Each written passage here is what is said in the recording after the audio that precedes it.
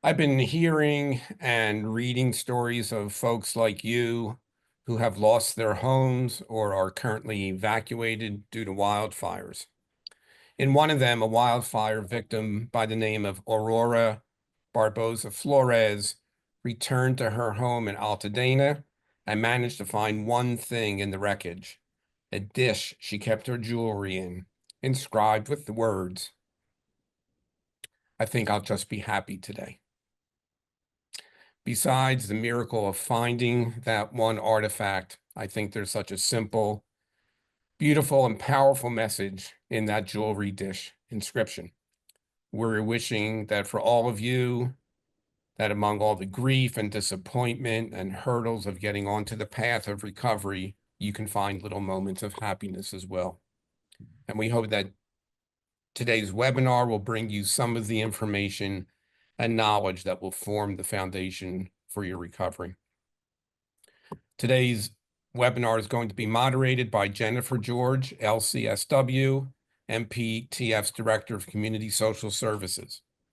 Jennifer is a remarkable social worker and a leader and has headed up MPTF's relief work during the pandemic, the work stoppages, and now the wildfires. I was privileged to have her by my side in 2021 when I accepted the Oscar statuette at the Academy Awards show on behalf of MPTF's century of work of supporting our entertainment community. She deserved to be there. Before we get to Jennifer, though, let me introduce one of our board members, actor, director, activist, philanthropist, and truly wonderful human being, Tony Goldwyn. Tony is a third-generation industry member. His grandfather and father, both Sams, were amazing supporters of MPTF in their days. Tony and his brothers, John and Peter, continue the tradition of serving our organization and supporting the film and television industry. And a fourth generation, Tony's daughter, Anna, is right behind them in her work for MPTF's Next Generation Group. The Goldwyn name is everywhere at MPTF, a reflection of the family's wonderful generosity. I won't go through Tony's many credits because he's busy right now starring in Law and Order and has graciously taken some time off the set to share a few words. Thanks, Bob. I'm so grateful to be here. Hi, everyone. Uh, as Bob mentioned, MPTF holds a very special place in my heart because it was so important to my family, from its inception. And I'm especially grateful to be here today, for such an important purpose. Actually, I'm physically, as Bob mentioned, in New York right now working, but my heart is truly with everyone in California who's been impacted by these devastating wildfires. It's really hard to put into words what so many of you and so many others are dealing with and the trauma that people have endured. But I have to say that what gives me hope is knowing that there's so many extraordinary people and organizations coming together to take care of each other, which really is the perfect expression of what MPTF is all about, the mission being to take care of our own. So thank you, by the way, to everyone participating in this webinar for all the great work that you're all doing, and also to the FEMA personnel for leading the conversation. Again, I'm so proud to be a part of the work that MPTF is doing for the entertainment community. And I have to say that special gratitude goes to our group of everyday superheroes, our social workers, for always handling their work with grace, with dignity, and with kindness. And so with that, as Bob told you, I am now going to turn things over to MPTF's Director of Community Social Services, Jennifer George. Good afternoon, everyone. Thank you, Bob, and thank you, Mr. Goldwyn, for the introduction. We're also glad that you can join us today for a webinar on navigating FEMA for the entertainment industry. As I was introduced, I'm Jennifer George, and I'll be facilitating our conversation with our two speakers today, Brandy Richard Thompson from the Federal Emergency Management Agency and Corey Williams from the Small Business Administration. Before we get started, I would also like to thank the team here at MPTF for putting together today's webinar. Today's webinar, in some regards, is an encore presentation, as some of you may have attended the webinar hosted last week on the same topic by the Entertainment Community Fund. We are tremendously grateful to each of our co-sponsors for today's event and for coming together in partnership to help the entertainment community during this unprecedented time. We also want to thank FEMA and SBA for their support and for answering our call to give you information and knowledge to set you up for the greatest chance of success as you move through the recovery process. All of us here at MPTF want to express our deep concern and compassion for all of the members of our community that have been impacted by the devastating wildfires. We hope today will provide you with the information you need. Before we get started, I do want to provide you with a few Zoom housekeeping items. For those of you who would like to enable the closed caption feature on this webinar, you would simply need to click on the closed caption icon at the bottom of your screen, and you'll begin to see the scroll. If you have questions that you would like to pose to our speakers today, you can submit those questions by clicking the Q&A icon, also at the bottom of your toolbar on the Zoom screen. If you want to submit an anonymous question, we do recommend that you click the anonymous option first before you begin to type to ensure that you don't accidentally submit a question with your name appearing. As for the structure of today, we're going to be curating questions as they come in. We're going to make every effort to answer as many questions as we can, but we do have a limited amount of time. And so in an effort to get to as many questions as possible and to stay organized, we have sectioned off our webinar into key topic areas. We'll be covering and reviewing each of those sections and its content, and then open it up to you all for questions related to that specific section. Then we'll move on to the next. This webinar will be recorded and is being recorded and will be available on our MPTF website at mptf.com/wildfire relief. There you will also find last week's webinar from Entertainment Community Fund, as well as a previous webinar that we hosted related to property insurance and property taxes.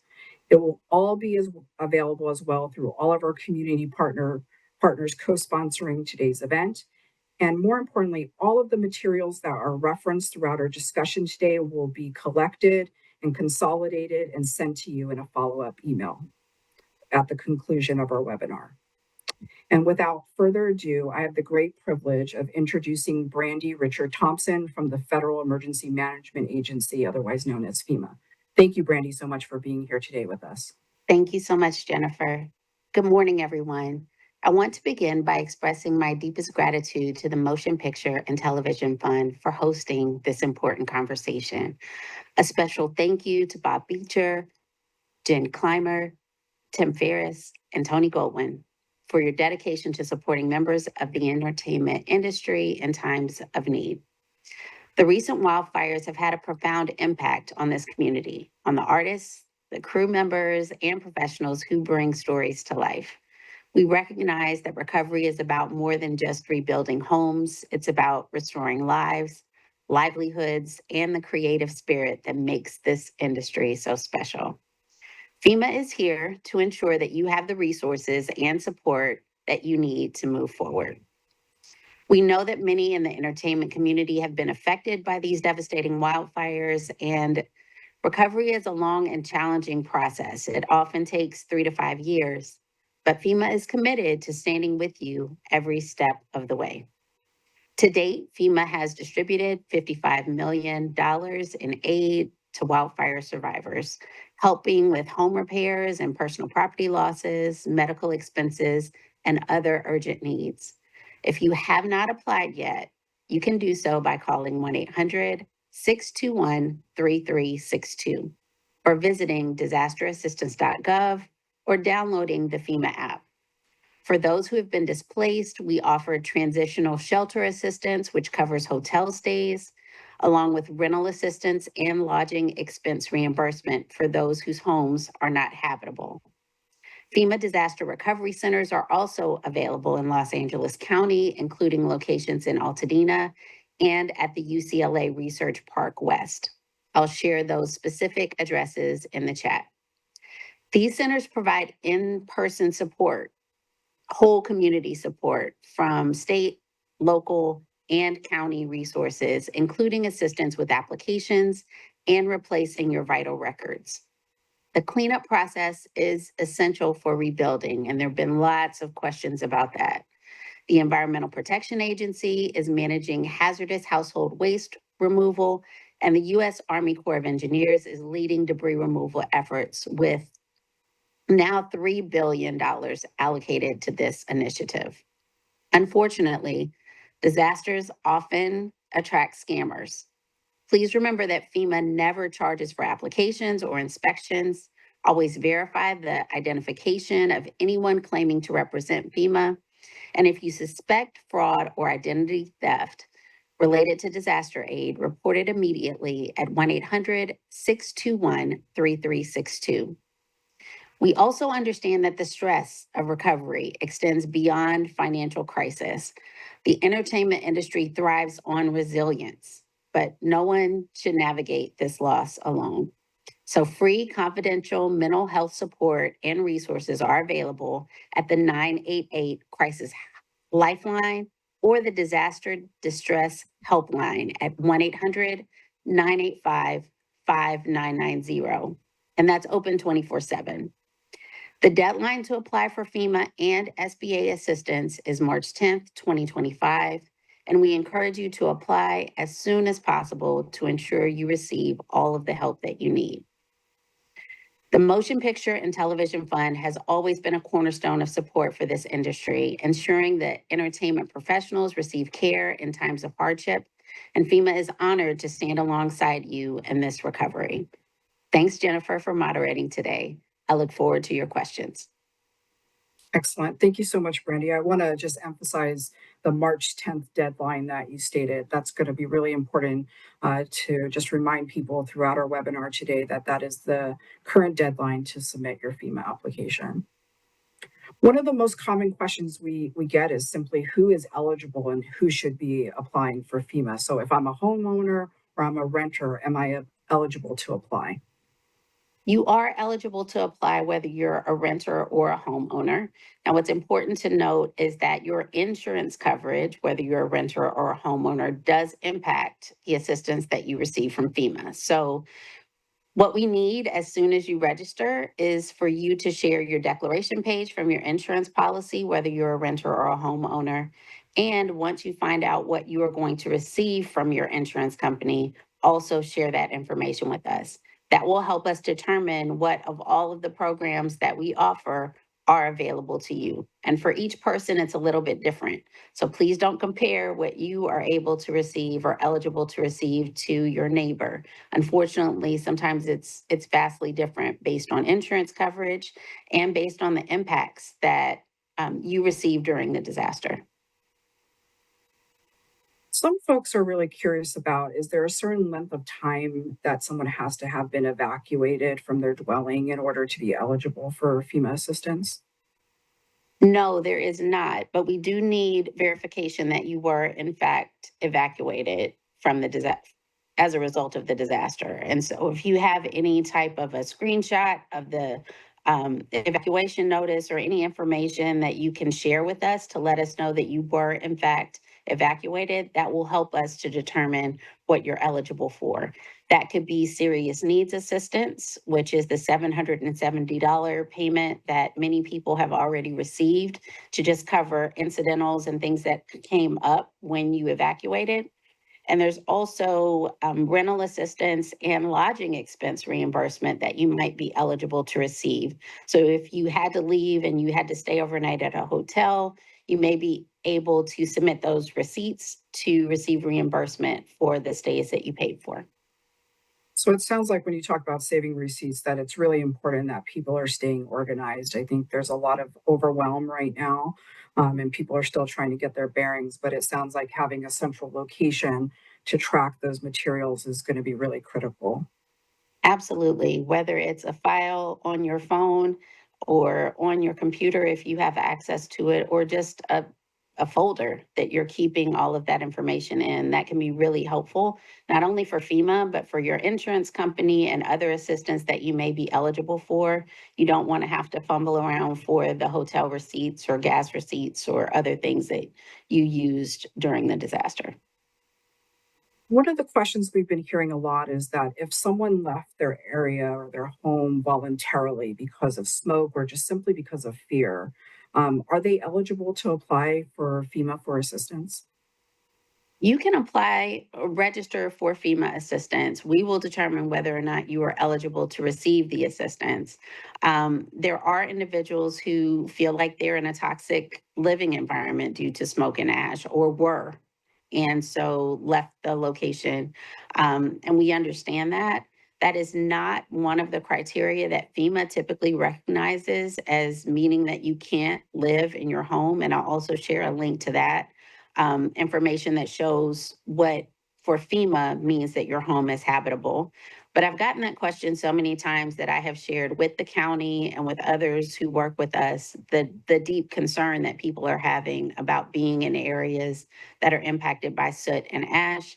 And I've also shared with individuals like you all of the information that I've seen from local air districts to share information about um, what the air quality actually is so that you can make the best decisions for yourself as to whether or not you're going to return to the area where that soot and ash is located, and also have information historically, press releases from that organization to show what the readings were at the time that you evacuated.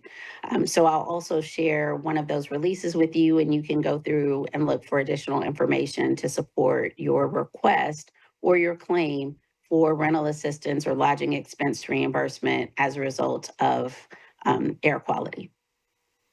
We have a lot of questions about the application process, but before we move there, let me ask, say someone's home wasn't necessarily damaged, but they've lost work or they've lost income due to the fires. Is that a role that FEMA might help someone with? Yes. So disaster unemployment assistance is one of the programs that we fund, but we don't administer it. So you would be able to apply for unemployment assistance through the typical channels that you would within the state of California, but you would be requesting for disaster unemployment assistance that would also and should also coincide with the dates of the fire that occurred. Excellent. So moving forward to the application process, there's a lot of questions about the timing and what's a realistic sort of window to expect to get a response back. So can you talk a little bit about how long it usually does take to hear back and if there's any sort of standard we can conceptualize? So we typically respond to you very quickly with a decision when we have all of the information that we need to make the decision. And so if you applied for assistance and you said that you weren't able to get back into your home, you most probably received, and we had the correct information for your bank account. Let's be clear on that. You most probably received your $770 very quickly, maybe within 72 hours or possibly less. However, for other forms of assistance, there are things that we need from you. And so a lot of individuals have reached out and said, hey, I got this letter. It says I wasn't able to receive assistance or that I was denied for assistance. When in fact, sometimes that just means that we need additional information. And so, as a former caseworker myself, when I have everything that I need in order to make a decision, then I'm going to go ahead and push it through. And the amount that you are going to receive from FEMA, the financial amount, may get to you in 72 hours. But if I don't have all of the information, then I'm going to have to send you a letter that asks for the information that we need. So, to get assistance as quickly as possible, one of the things that you can do is make sure that you provide us with any documents within your disasterassistance.gov portal that we're asking for. That could be receipts for hotel stays. That could be information about moving and storage expenses that you might have had. That could be your insurance documentation that I've mentioned earlier, the declaration page, and any information about what they have provided to you. Could also mean that we need to make sure that you have responded to our inspector if they reached out to you to look at the damages and make a determination about whether or not your home is habitable. Sometimes we can look through what we call a geospatial inspection without you even having to have an inspector meet you in person to determine that your home is damaged. And then what you would need to do is provide them with identity verification information, your insurance information, so that we can make a decision and go ahead and get assistance to you as quickly as possible. If for some reason it's taking a long time, that could mean that someone else has applied for assistance for the same address. Maybe somebody that was a renter, maybe the homeowner has applied for assistance and you were renting from them, and they're not realizing that for a second home, they can't receive assistance in the same way as individuals who are there with a primary residence. And so all of these things, if you're still not receiving word back from us or not receiving assistance in a couple of weeks, reach out to us.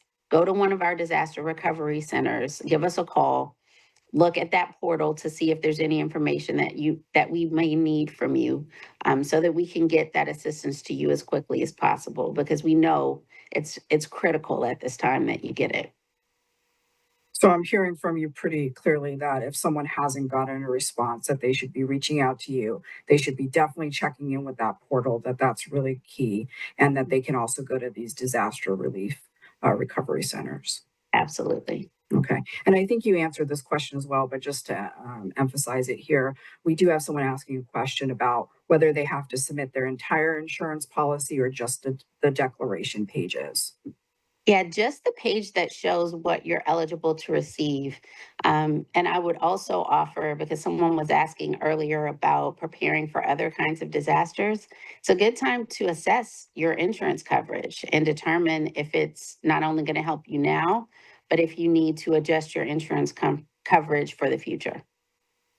And if someone is wanting to start the process for FEMA and knowing that that March 10th date is going to come pretty quickly to us, and they know they're missing some of the essential documentation, should they wait till they have everything to apply, or should they begin the process knowing they have partial documentation? I would go ahead and apply. We have a deadline for the application process right now, which is March 10th. And we also, if for some reason you get a letter from us saying that we need additional information, give you 60 days to reply. So if you were to apply today and then you didn't get your information for about 30 days, you would still be within the window to be able to send the information to us in order to see what assistance you could receive. But if you wait, you may not be eligible or receive transitional shelter assistance, which could pay for your hotel stays. You may not receive the serious needs assistance that would pay while you were evacuated from your property. All of these things you may not have access to just because you waited until you got all of the information back, and that could be detrimental. A little bit of a specific question. We have someone who's applied online for FEMA assistance, but they haven't done the interview portion of the application. They're asking if they should still proceed with doing that interview portion, even if the total loss is covered by their insurance. If the total loss is covered by your insurance, I would still suggest that you meet with the inspector and go through that part of the process, because there may be eligibility for you in the future for lodging expenses or rental assistance over and above what your insurance company is offering you. From just my conversations with individuals since I've been on the ground, some of them have said that maybe the ALE coverage that their insurance company is providing isn't sufficient. And so that is something that FEMA may be able to help you with. And there may be some other expenses that you're not aware of right now, that may help you as you're rebuilding. And so I wouldn't count it out. I think it's going to take a whole community, whole of insurance, SBA, FEMA, all of these different nonprofit organizations to help people to really recover. And even though you feel like you're good right now, you may not be. Excellent, thank you. So I'm hearing, that the portal is very important for folks that may not be as comfortable using the app. Are there other ways to start the process? Absolutely. So if you're not comfortable with technology, I would go to one of the disaster recovery centers if you can. If you cannot, if that's physically not good for you, then I would give one of our helpline specialists a call to be able to help walk you through the process and give you the information that you need. You can submit information to us either through the portal, and someone can help you to do that, or in person at a disaster recovery center. You can bring your documents with you, or you can fax them or mail them. And so there are lots of ways to get the information to us. Some are a little bit quicker than others to go ahead and be able to review your file, but we offer all kinds of ways for people to be able to submit information to us. Excellent. And do you feel that is there any reason why anyone would need to wait to hear what their insurance is going to provide them with before beginning the application process for FEMA? We just encourage people to go ahead and submit to your insurance company first. If you know that you have insurance, get that process going so that you can get the information that you need so you can share that information with FEMA. It also will help you to make other decisions about our assistance, about SBA assistance, knowing what you're eligible to receive and how that's going to work out for you. But I would not delay registering for FEMA. What I sometimes hear from people when they register later is, well, why wasn't I eligible for this? Or this person got this. And it's typically because by the time you registered for assistance, you were able to be back in your home, or you were able to access your property. And so what the assistance that you receive may be different from people that applied very quickly. Are there any other things that you can think of that would be really important for this group to hear about in terms of the application process that we might have not covered? I would, my parents are government or former government. They retired from the government. And all my life, I have known that you have to keep really good records, and pay attention to the details of letters when you receive assistance from the government. They both worked 30 some years with the Social Security Administration. And so it's just really important to keep track of these documents, to make this a priority for you. I know that's challenging when your whole world has fallen apart. I get it. I totally understand it. But get support, get an accountability partner to just kind of help you keep track of all of these documents so that you can receive the assistance that you need to be able to rebuild. Excellent. Thank you so much. We do have again, another little bit of a specific question. If someone's had home damage from the wind, but it's less than the deductible for the insurance, they were told not to apply for the insurance because they're not going to get help. Is that something that FEMA would help with? FEMA can help with deductibles. And what I would also, I thank you for raising that question, because we updated our policies recently. We changed some of the ways that we do business as it pertains to individuals getting help. And so you might talk to someone who's received FEMA assistance in years past who didn't have access to the same rules that we now have in place. So we can assist you with deductibles. We can assist you in places where your insurance coverage doesn't totally provide everything that you need in ways that we haven't in the past. And so I would really encourage individuals to apply for assistance from FEMA. Come and chat with us. We're everywhere right now. Take advantage of the fact that we're all over the place in your communities, to talk to you and talk you through what you actually could be eligible to receive. And as I did on the previous event, I'll definitely share a document with you that has a lot of links and information that can help you with that process. Excellent. Thank you so much. And if we sort of turn our attention to sort of what types of things FEMA is able to assist with, one of the things we've been hearing a lot about in an area of concern for a lot of our folks is this concept of duplication of coverage. And there's a lot of concern around that. Can you speak to that a little bit? So at FEMA's inception, we could not duplicate assistance. And I think as a government program, you would understand that we don't want to give you money for things that you're going to get money from other folks for. Initially, that was insurance, and it was some nonprofit organizations providing assistance. Now we have crowdfunding, we have other ways that people are getting help. We are not going to, as we have been told and understand, audit your GroupMe pages or GoFundMe pages or whatever you're using. GroupMe, that's not it. To determine what assistance you're getting from other places. However, we can't duplicate assistance. So if your car costs $16,000, you got $16,000 to replace your car. We can't then give you whatever the grant amount would be for your car if your car has already been paid for. Now, if there's a gap for your home, if there's a gap where you've gotten some assistance from some other folks or from your insurance company, and there's still money that you need in order to make you whole, then you can receive that from as many different places as you can in order to get you to the recovery space that you need to be.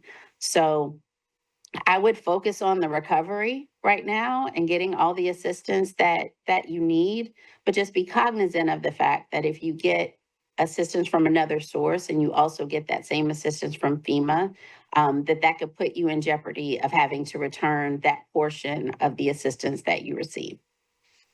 Excellent. I'm really glad that you brought up GoFundMe pages and crowdsourcing and these types of things. I think, folks want to do this process right, and they want to be truthful and honest. How do they know sort of what to declare? How does that come up in conversation? Is there something that they need to be thinking about as they're completing their FEMA application? I would, and this is a fair and an important question. If you haven't been through a disaster before, you don't understand what FEMA offers, and you don't understand what you could potentially be eligible for. And so I would encourage individuals, and I'll add this to the chat as well, and a link to all of the different programs that we offer. You may be able to get assistance for a cane that you lost as a result of the disaster, some medical equipment that you may need, prescriptions. I mean, there's so many different things that you can get help for. Your camera, if you're a photographer and you no longer have your camera to live and create and do the things you need to do, those are all things that you can receive assistance for, but up into a certain cap. And so for home repair and replacement, the grant cap is $43,600. That's the maximum amount that you can receive. For personal property, it's $43,600 as well. And so there are different items included in each of those buckets. But if you think about it, $100,000 is not necessarily going to make you whole, even though it's grant assistance. And so you're going to have to pull some other things together in order to get you to the recovery that you need. And so we just encourage people to utilize what's available to them to be able to recover. I don't think I quite answered your question. Could you repeat part of it? Did I? I think you did. I think, I think people are concerned about sort of the double dipping rule. And so they're really, they don't want to find themselves in a situation where they have to pay back FEMA. And so I was just thinking, how can we help people, think about all the things they may, they're in this crisis, they're trying to stabilize themselves. Maybe they got a credit from Airbnb for a night.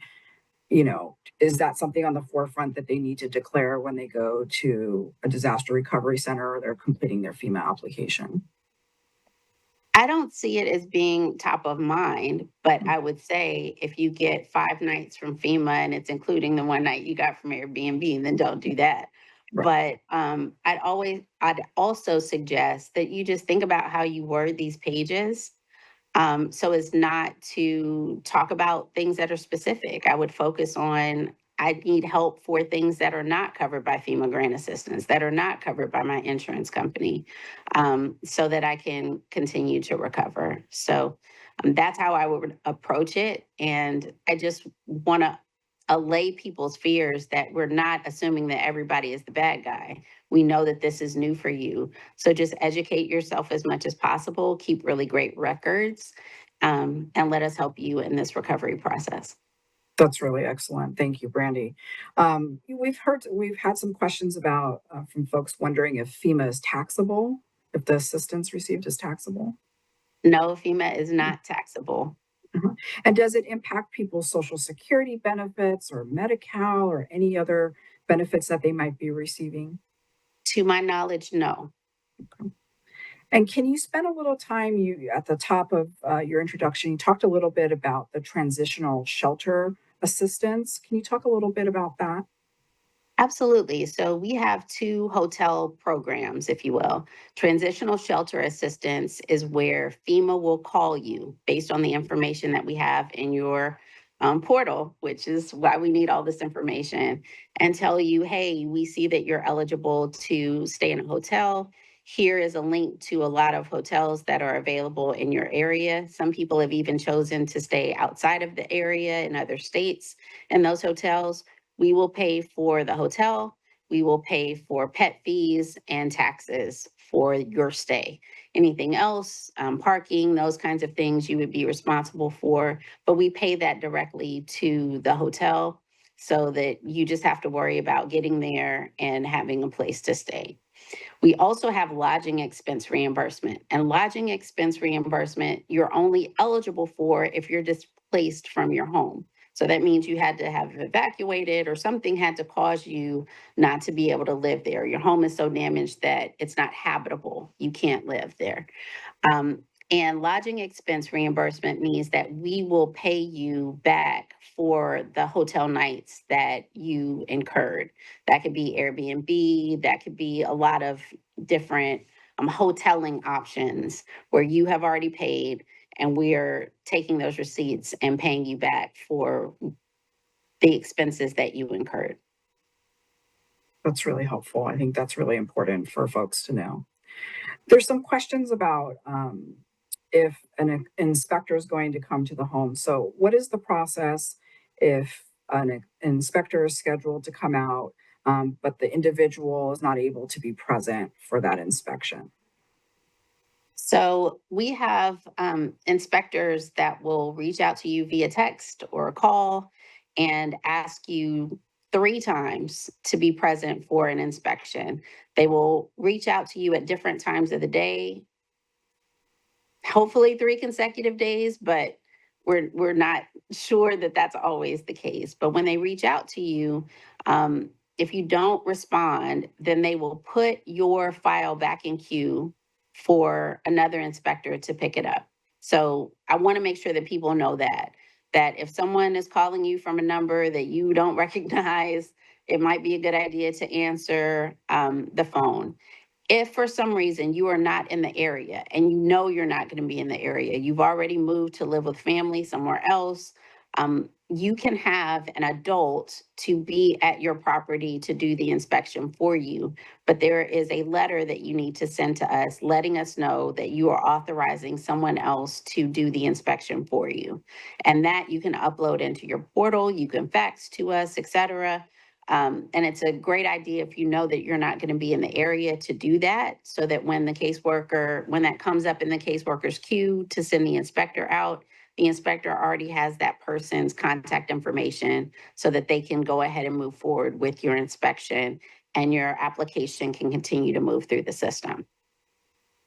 Thinking about the inspectors and something you said earlier and something I've heard you talk about in other presentations, can you talk about what people should be sort of thinking about to reduce the risks of possible scams if an inspector is coming? Can you talk a little bit about what they can ask for as proof that this is a legitimate person? The inspector should have access to your registration number and information about your case with FEMA, that you've registered for FEMA. You should not give your registration number to someone who calls you. They should be able to give that information to you. You can also ask for the employee's ID number, which of course you won't know if that's really their ID number, but you can also ask them for their badge. So if you're doing a FaceTime call with someone, et cetera, you can ask them to look at their badge to ensure that they are a FEMA employee. If you really feel in your gut that there's something wrong with this person and you're not trusting it, I always say go with your gut and give us a call. Call our 1-800 number and just find out, or look in your portal to see if an inspector has been assigned to your registration to come out, that's information that we can provide you, and we might possibly be able to give you some identifying information for the person as well. It's really helpful. Thank you for that reminder. Moving on to sort of the topic of home repairs and personal property. You kind of talked about this again, but I'll ask it again. If I have insurance that covers my home repair and personal property, should I still apply for FEMA? Yes. I'm always going to say register Yes. for FEMA, not because you may necessarily need the help that you think we're going to provide, but because you may need the help that you don't know that we provide. Absolutely. And if someone on our webinar today has the California Fair Plan, and we typically know that that's an underinsured policy, and if they get denied or they get partial coverage through the California Fair Plan, what is the process with FEMA? How does FEMA conceptualize assistance around that piece? So the Fair Plan, we would treat like insurance. And so we would need the same documentation that we would need from your insurance company from the Fair Plan. So it's really no different.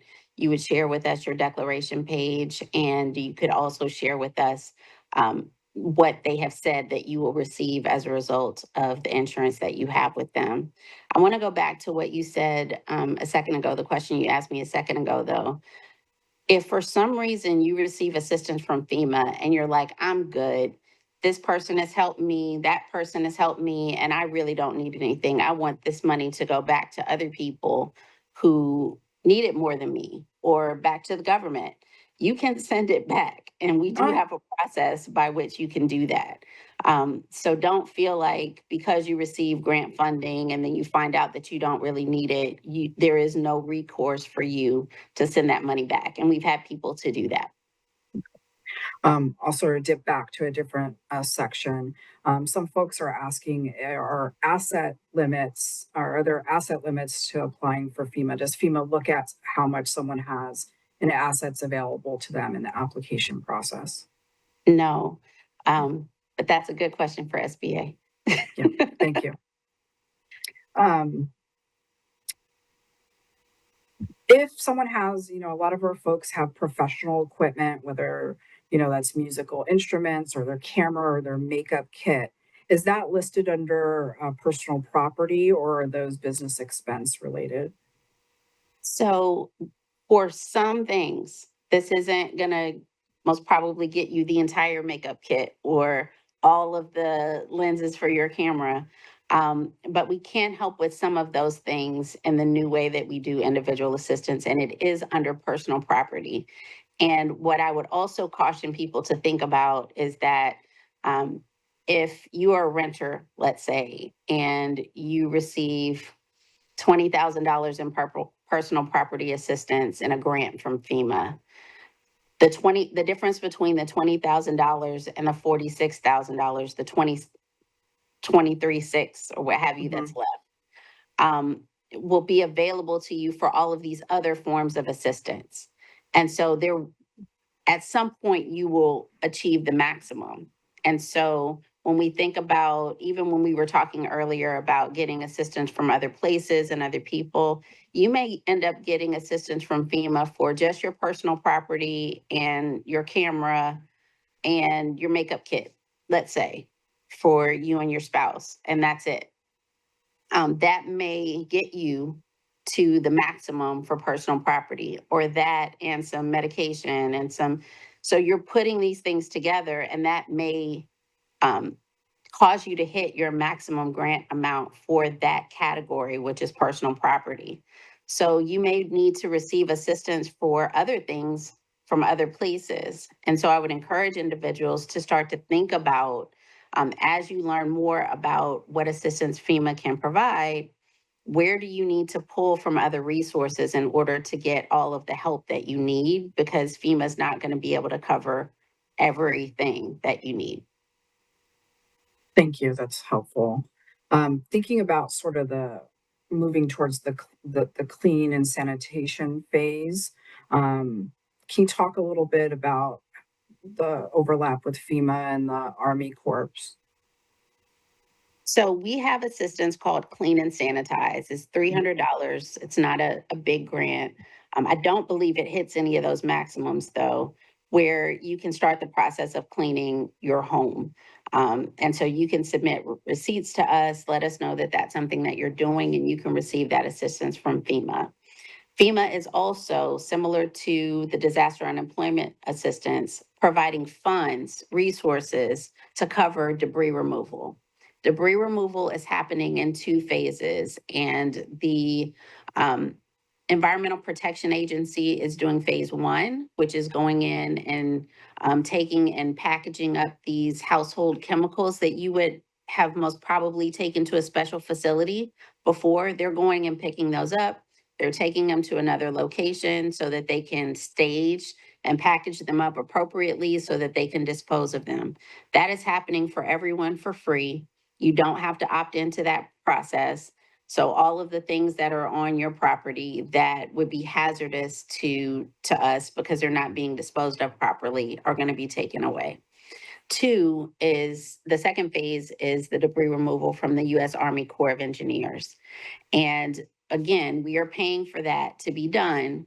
But in order for the U.S. Army Corps of Engineers to go into your property, you have to sign a right of entry form.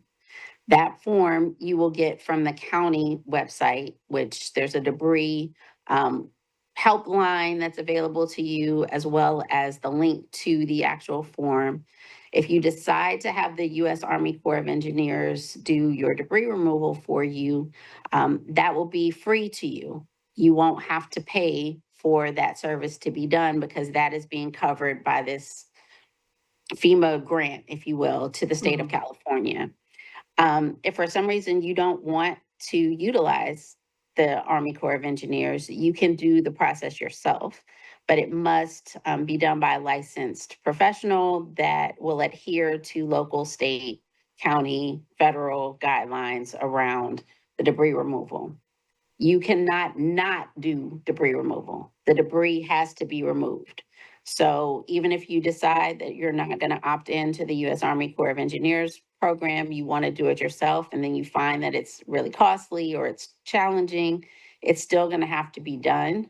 And so I would encourage you to go to the county website. I believe their deadline is March 9th, but I'll make sure that that's in the resource guide too, for you to download that form, learn more about that process, and get started. The U.S. Army Corps of Engineers has said that it's somewhat of a first in, first out program. We're trying to move swiftly on both phases. So we've asked the Environmental Protection Agency to finish by the end of February, I believe February 25th, their process. And the U.S. Army Corps of Engineers is working on their process. We've asked them to complete their process in 1 year, so that once that process is complete, people can start to do their rebuilding. Thank you. Thinking about, we've had some questions about denials and notifications. Can you share a little bit how next steps people should take if they get a determination that tells them that they're being denied or they're ineligible for service? So ineligible letters to me are, we need to have a conversation letters. We need some information from you. Let's start the conversation around FEMA assistance.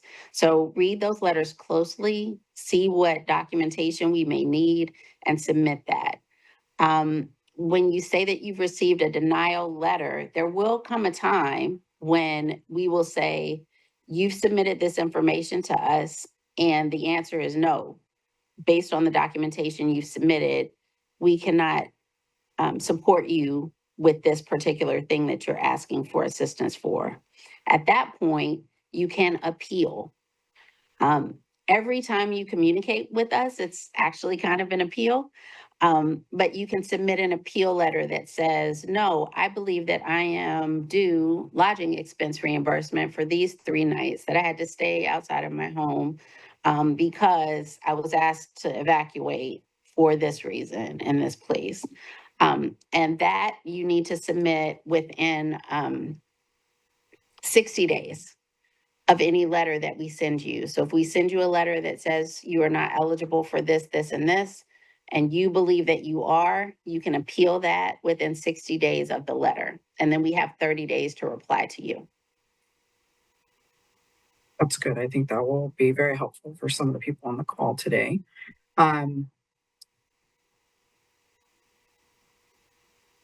Just looking here and make sure we didn't miss anything. I know in the past you've talked a little bit about how FEMA uses subcontractors. Can you talk a little bit about that, just so people have a awareness that might be something they encounter with the inspector piece? So when the inspector comes out, more than likely they are a subcontractor that only comes out during a disaster. And so just be aware that yes, they work for FEMA. Yes, they will have a badge and an ID number, but they are not employees that are with us all the time. So it's just a little bit of a difference in the folks that you will encounter, but they are deployed specifically to support this process. They're experts at the inspection process and determining what assistance you might be eligible for. There's some questions in the chat about who makes the determination as to when residents can return to an area, or if a home or rental space is livable or safe to return to. Can you talk about a little who makes that determination? That is your local municipality, your city or county. And we talk to them on a regular basis to share any information from a federal perspective that we may have to support them, but ultimately the decision falls with them.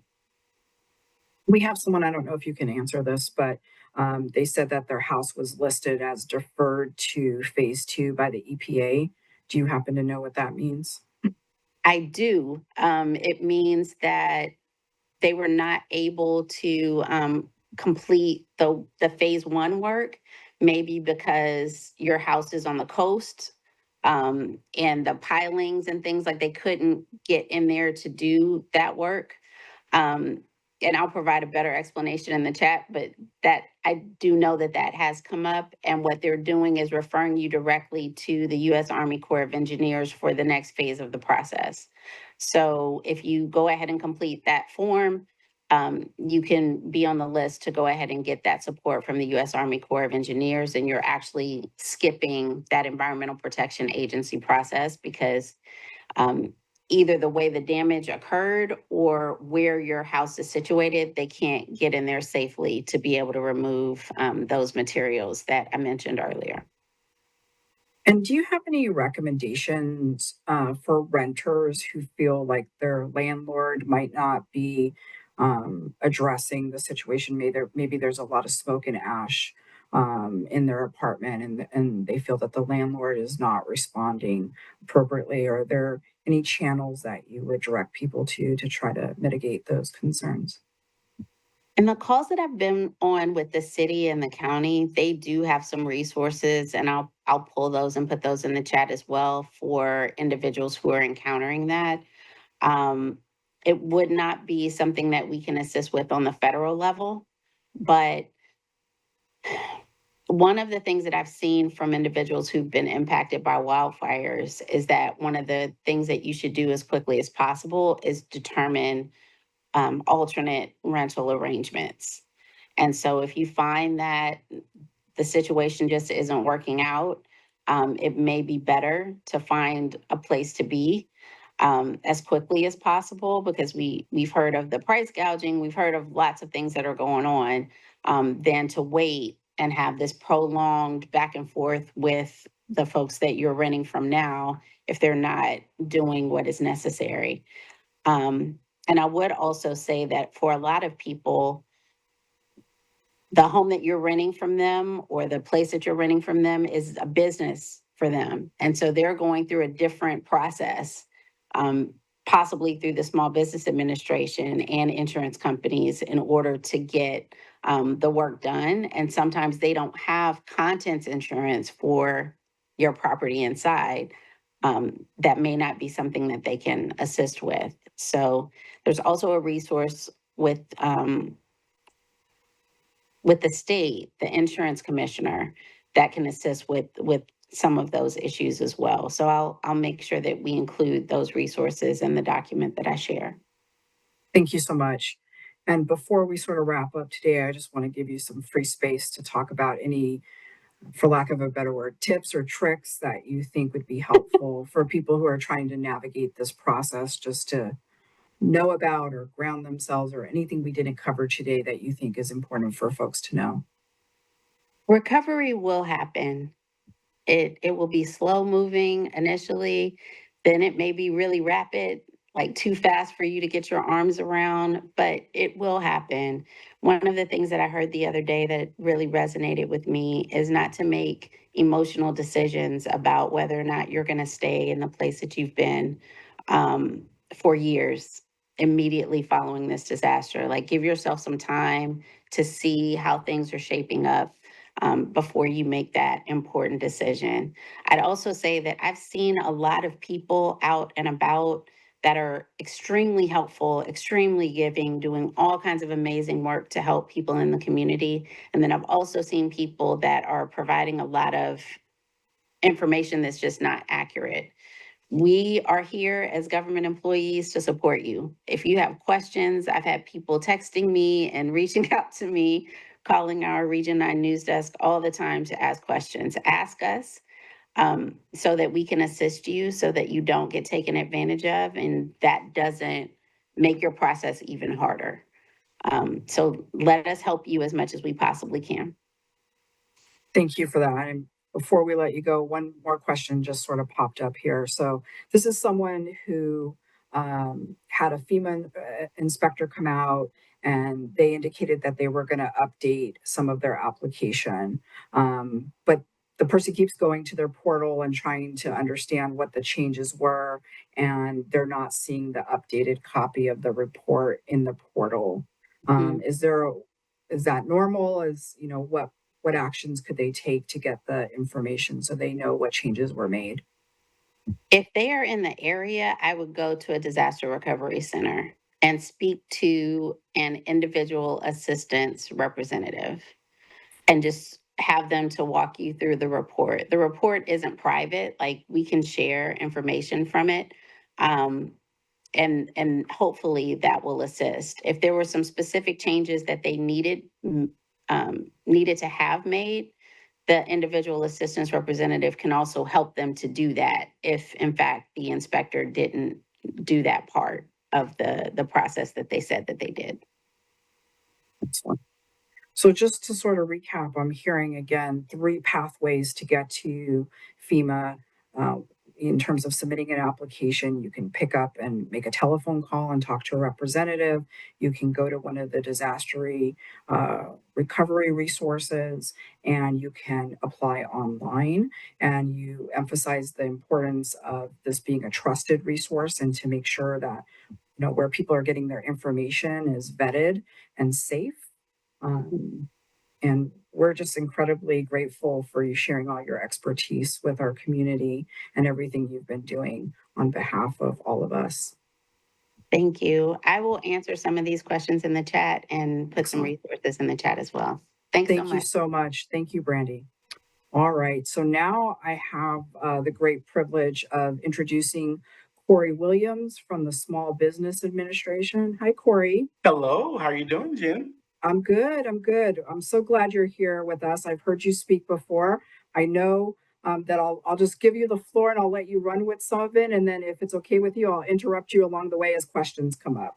Please do, Jennifer. And, first off, my heart goes out to all those that were impacted by these devastating fires. I mean, no matter where we go, we've had pop-up events, and it's just been a devastating impact to those that were impacted. So I'm glad to be able to partner with Brandy on this presentation. And I'm going to try to keep it short because I know we want to make sure we answer as many questions as possible.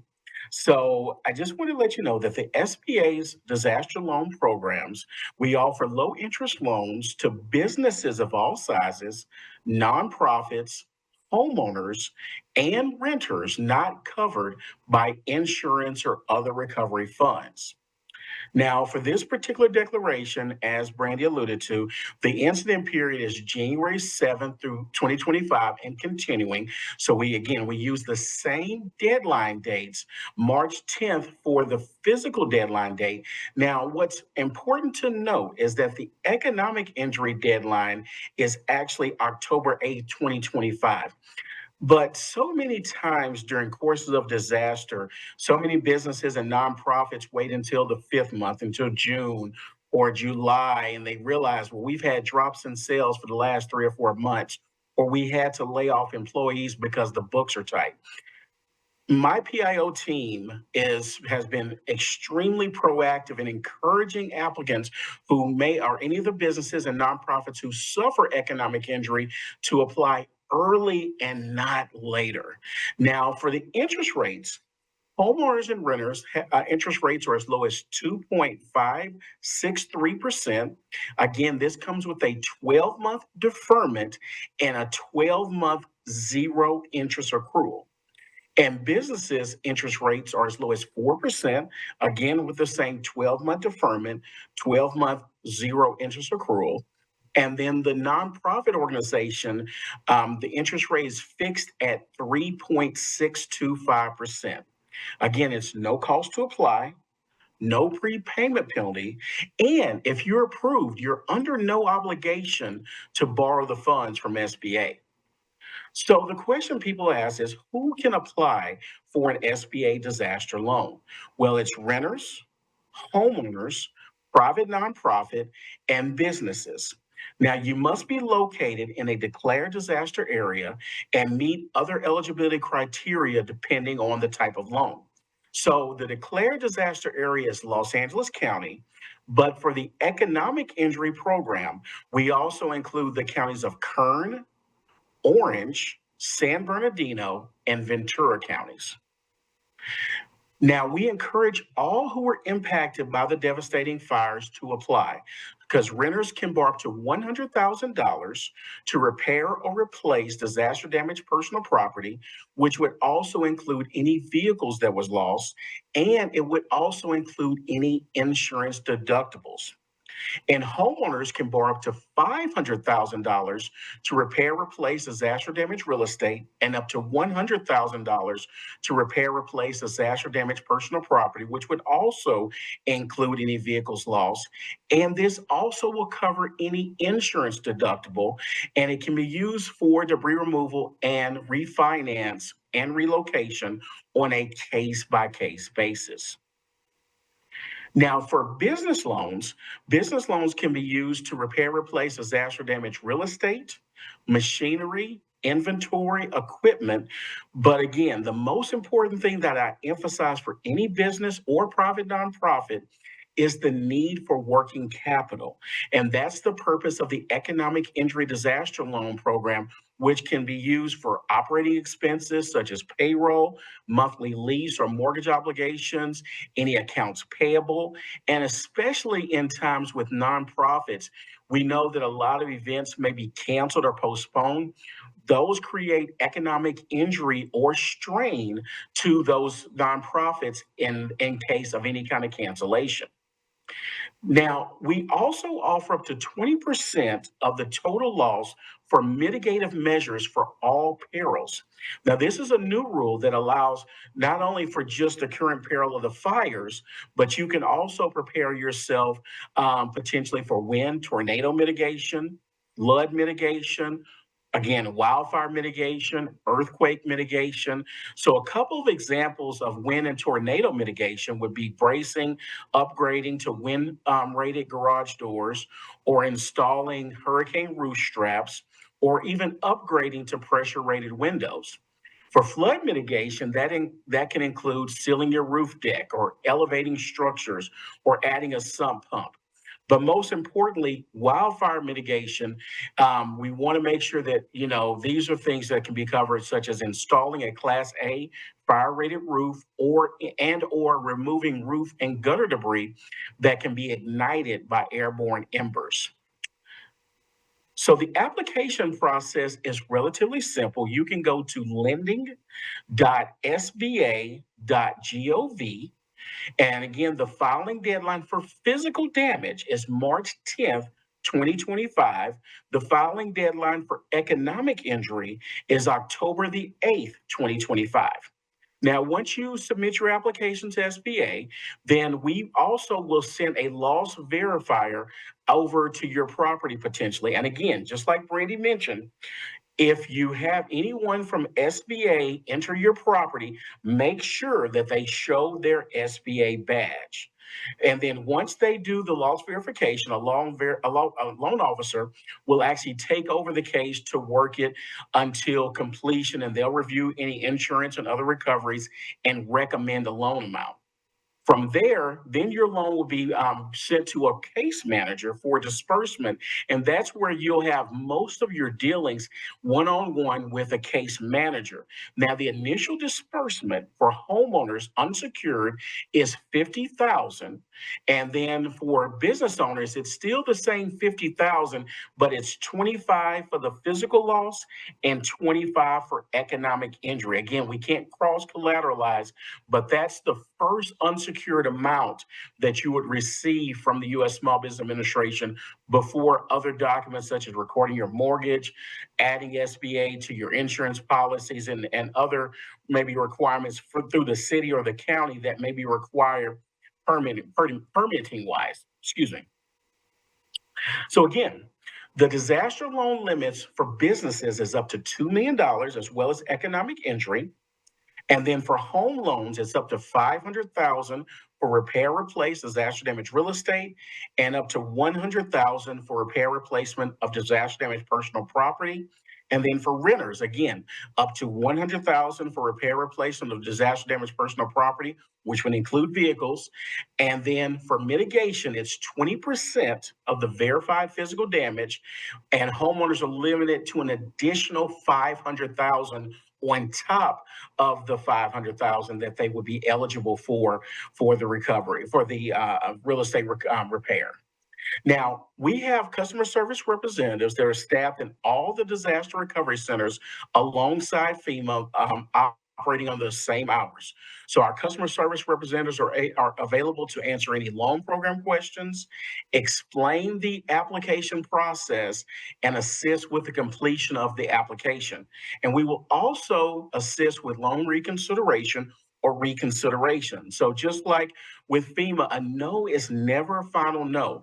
Applicants who may be declined for the SBA loan have up to 6 months to apply for reconsideration and or reinstatement if their loan may be withdrawn. So please make sure to check on your portal consistently. If there are any documents that they may need, just try to let them know or keep that communication going, especially if there may be delays with receiving the deed or any insurance documents, because we understand that many documents could have been lost or displaced due to the fire. We have a couple of questions for you. Sure. If someone received a COVID EIDL that recently became due and now they're in need of additional assistance because of the wildfires, are they able to get a new loan when they have an existing one? Yes, and that's a great question, Jennifer. So the first thing I would tell them to do is go ahead and apply for the hardship because they were impacted by the wildfires. They are eligible for the 6-month hardship.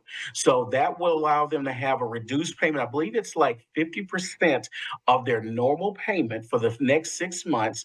And keep in mind, because of the 12-month deferment due to the wildfires, now they're really only paying the actual COVID loan for 6 months at a reduced rate. So they can do that by contacting our COVID EIDL Servicing Center at 1-800-659-2955. And there should be information, Jennifer, about how they can, I think they have paperwork in the actual billing statement where they can look into the hardship waiver. So I would strongly encourage any and everyone who's impacted by the fires to please apply for the hardship because that gives you that extra 6 month at a lower rate and then still being able to take advantage of the 12-month deferment for the wildfires. Excellent. And I believe you already answered this question, but I want to restate it so they can hear it from you again. Some folks are under the impression that SBA is only for small business, but they want to know, in fact, is it for homeowners with no business whatsoever, if they have no small business? It is. So, and a lot of people always find that surprising, Jennifer, that during times of disaster, the largest amount of our lending actually goes to homeowners and renters.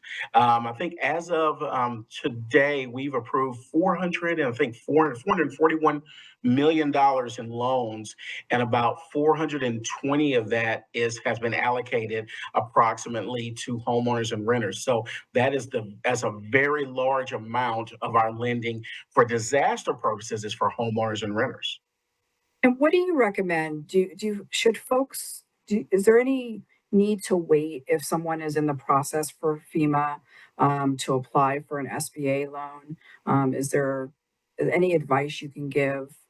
Do they have to wait for the outcome to hear if they're going to get a FEMA loan or a grant, excuse me, before applying for an SBA loan? Another great question, Jennifer. And no, they do not have to wait for any insurance recovery and or FEMA grant recovery, because we can always do what's called offsetting their loan. If they have any grant they received from FEMA, and then if they have any insurance, we'll just reduce the amount of the loan potentially. And if they haven't received any funds, and then let's say 5 or 6 months down the line, they get a check, then they can turn around and pay that portion of the check off to SBA, and that will reduce their loan obligation. Because keeping in mind that 12-month deferment as well as that 12-month zero interest accrual really allows them to kind of wait out the insurance. And hopefully it doesn't take more than a year, but we know sometimes some of the insurance, as it gets to the end, they may have delays in funding. So that's why we want to make sure people are applying for SBA now and not waiting until the resolution of their insurance file. Excellent. I think, people might be getting these lump sums of money, whether it's through FEMA or SBA, and sometimes people need a little bit of help in how to manage those dollars as they're making decisions about the next step in recovery. Are there folks at the SBA that can have those types of conversations and help guide people as to how to best utilize their funds and manage them while they're in this decision-making process? Yes, at the Disaster Recovery Center, we have amazing customer service representatives who can guide them through the process. The one thing that I would really strongly recommend, Jennifer, for anyone, if you've been approved for the loan, at least you go ahead and take the disbursement for the unsecured amount. Again, 50,000 for a homeowner when you're waiting for, insurance recovery or insurance check to come in, just to be able to utilize those funds. Maybe the difference in starting your recovery 2 days from now versus 2 months from now. And we want to make sure that we're getting homeowners, renters, nonprofits, businesses back on their feet as soon as possible. And then thinking about businesses, so many times businesses may have business interruption insurance, but it may take a little while for those funds to actually settle. So again, being able to take advantage of the SBA loans for business owners up to even to the 25,000 for the economic injury, the 25,000 for the physical loss, use those funds how you see fit. Then if you get insurance recovery down the line within the course of a calendar year, you can turn around and pay those funds back, and there's no loan because no interest accrued and you had that 12-month deferment. So going back to a question we asked Brandy about FEMA assistance, for SBA, how are folks' assets figured into the consideration for the loan? Another outstanding question. So we do look at credit history and we look at repayment ability. So for some instances, if someone, let's say they have a $2 million home, and let's say they have no mortgage on it. In that situation, it's kind of different because we are a subsidized lender. So I always want to put that in play that we are a subsidized lender. So if someone has a $2 million home and they have no mortgage, they may receive the higher interest rate. And the higher interest rate is at 5.125 as a homeowner. Very rarely does this happen, but I always want to, at least present that option so that way nobody's blindsided and say, oh, well, well, Corey, you told me it was just 2.563. So some situations it is a little higher, but here's how you can overcome that reason because everything can be appealed. So there may be new expenses, again, due to the fire, rebuilding costs that can justify, or maybe you have a parent or a child who's sick and needs extra attention, or maybe you have a new expense sending a child to college. Those are all expenses that can change and make the loan officer say, he or she say, you know what, maybe we can go ahead and work these numbers again and see about giving this person the lower interest rate. But about 90% of our borrowers are going to receive the subsidized rates. So that would be that 2.563. But in that rare case that they do get the higher interest rate, keep in mind that they can contact their case manager and see about reducing that rate. Excellent. And you might have mentioned this already, but there's a few questions in the chat. Just in terms of time frame, from the time someone submits all of their loan documents, how long does it generally take to get a determination? Another outstanding question, Jennifer. So we've already started funding a good amount of our loans. So I would say for a homeowner and renter, you're looking, if we have completed application, you should at least get the unsecured 50,000. And then for renters, they may be eligible for their entire loan because it's entirely unsecured. Probably within 10 to 14 days. And I'm going to be generous because it actually could be shorter than that, but I'm going to say 10 to 14 days. Sole proprietorships, I would say the time period is going to be about 14 to 30 days. And then for our businesses that have a little bit more of a complicated business entity, such as a C Corp, S Corp, PLLC, and then nonprofits, because of their nonprofit paperwork that they have to submit to SBA, I would give it a time frame of about 4 to 6 weeks for those. But the one thing, again, I cannot reemphasize enough, Jennifer, make sure that once you apply for SBA, please check your portal every 24 to 48 hours. I cannot emphasize that enough because a lot of times the loan officer may not be able to make that call personally, but he or she will put something in the portal saying, hey, can you get this or can you get that? And if you're actually following up on your portal every 24 to 48 hours, you shouldn't miss anything. So again, that would be my one note of advice to make sure that you keep your loan flowing smoothly. Excellent. And is there, just as I asked Brandy before we let you go, is there any other tips or information or anything we didn't talk about that you feel would be really important for our group to know? I cannot emphasize this enough for businesses and nonprofits. Don't wait until June. Don't wait until July or August. If you have economic injury, please apply now. If you are a homeowner and you are pending insurance, please apply now because you can go ahead and get in the system before the deadline of March 10th.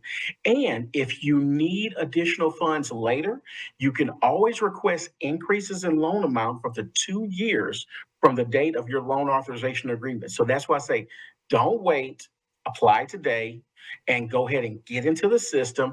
And again, because of the 12-month deferment, because of the 12-month zero interest accrual, put that money in a separate account if you want. That way, if you need it, you can draw on it. If you don't need it, then after 12 months, you turn around and you pay it back and you're good. But at least you had it in case you needed it for that rainy day. Thank you so much, Corey. We're so appreciative of your time and your expertise. Thank you for speaking with us today. Thank you. Hi, Bob.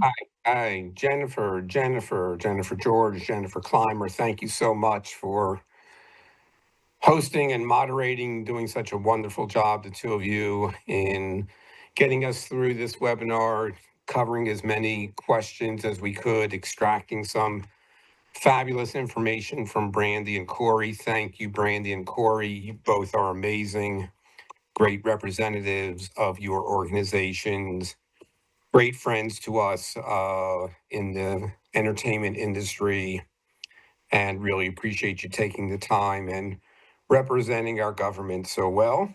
And to all of those who are listening in today, this recording will be available, a recording of this will be available Within 24 hours, Jen Clymer? Yeah, yep, within 24 hours. I do want to say really quickly, we're going to leave the webinar open for a few minutes because Brandy is addressing questions directly in the Q&A.